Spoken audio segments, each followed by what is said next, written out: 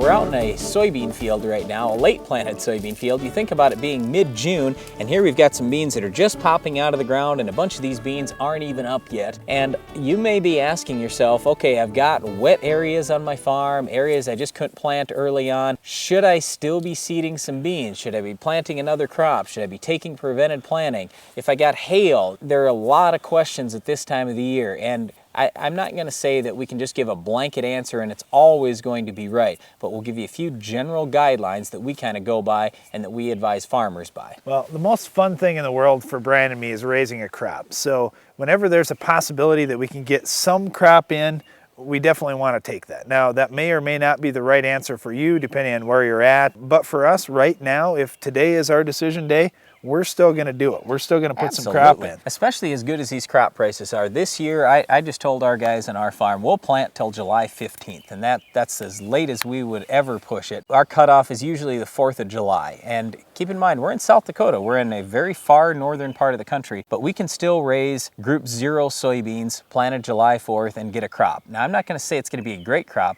but we can probably still get 25 bushels, and at today's price, that's better than taking prevented planting. The other thing is, you keep your ground in better condition going forward. For example, you've heard of fallow syndrome before. What fallow syndrome is in corn, you can plant your corn, you still have a normal amount of phosphorus in the soil, but it's not available to plants. The reason why is the mycorrhiza fungi that normally help phosphorus get into the plant, they've died off during that fallow year. So by keeping a crop going all the time, you keep more of the bacteria and fungi that are beneficial to your crops going in the soil. You just turn out with a better crop the following year. Now, an important part of this is you are taking some risk when you're going late in the season. You've really got to get decent weather after you plant. You've got to get some rains. You've got to get some good, nice warm days, not ridiculously 120-degree days or anything like that. But the other thing is you have to plant in good conditions. So your soil has to be ready to plant. You can't be mudding something in the 4th of July and expecting to get a very good crop, because everything's got to work out just right. So if the ground isn't fit at all, there's just no way you can do it without making a big muddy mess out there. That's when you start looking at the other options. At least that's when we do. Okay, so let's say that the ground is fit. The next question is, what should you be planting? There are some seed companies out there still trying to pawn off their seed on you that are saying, oh, just keep planting the same maturity, it'll turn out fine.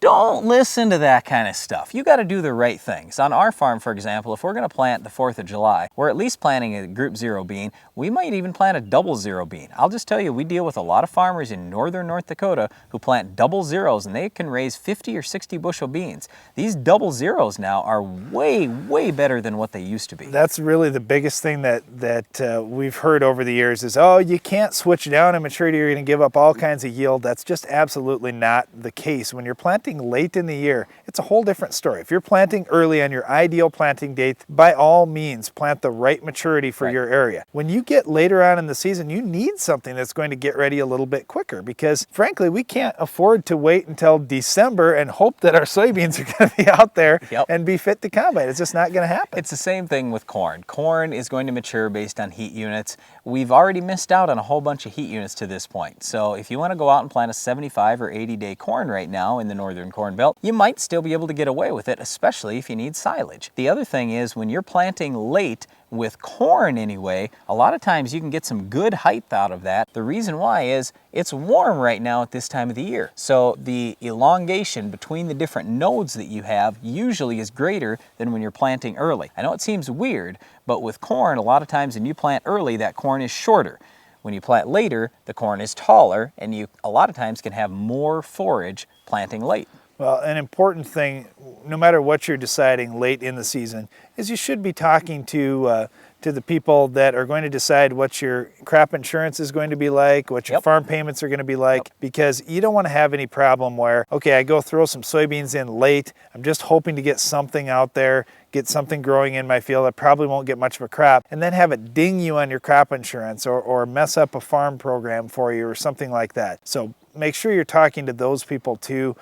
Get your whole advisory team around your farm and say, look, what's the best and right thing for us to do with this ground? A couple other things I'll advise you to do, especially, well, if you rent this ground, is take some pictures right now, or even bring the landlord out there and say, look, here's what I'm dealing with. Okay, so when it gets to the middle of the winter and they say, well, I want top dollar for my land, maybe it's worth top dollar, but maybe it's not. And a lot of times these people aren't looking at their ground more than once every 5 years. So you want to make sure they understand what's going out in your field. Now, if you've got wet areas in fields, like on our farm, for example, it was about the 1st of June and we had 21 acres of corn left to plant in 8 different fields. Well, out of 1,700 acres, we had to leave 21 acres of wet areas. And see, you know, there's a lot of misunderstanding because Brian could be out there hand seeding all that. He would be done by now if he would quit talking about it. So anyway, with these wetter areas, they aren't wetlands or anything else. It's just this happened to be a wet spring. Well, you know what we're doing right now? We're tiling on our farm today. We might even be going through some existing corn or soybeans that we've already planted, but we're just trying to get some of this tiling done, get ahead of things. And then next year, if it's tiled and it's in good shape, it's well drained, we shouldn't have those issues even if we have a wet spring again. But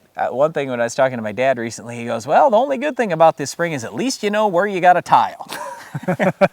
Yes, you have your tiling maps done out in your field. Well, anyway, when it gets later in the season, there are quite a few considerations as to what to do with this ground, whether you should plant it, not plant it, what crops you should go in. Please get your advisory team involved, get landowners involved, and take a look at things objectively and make good decisions. Well, another thing you may want to consider is how many weeds you have out in a particular field right now. We'll talk about our Weed of the Week coming up later in the show.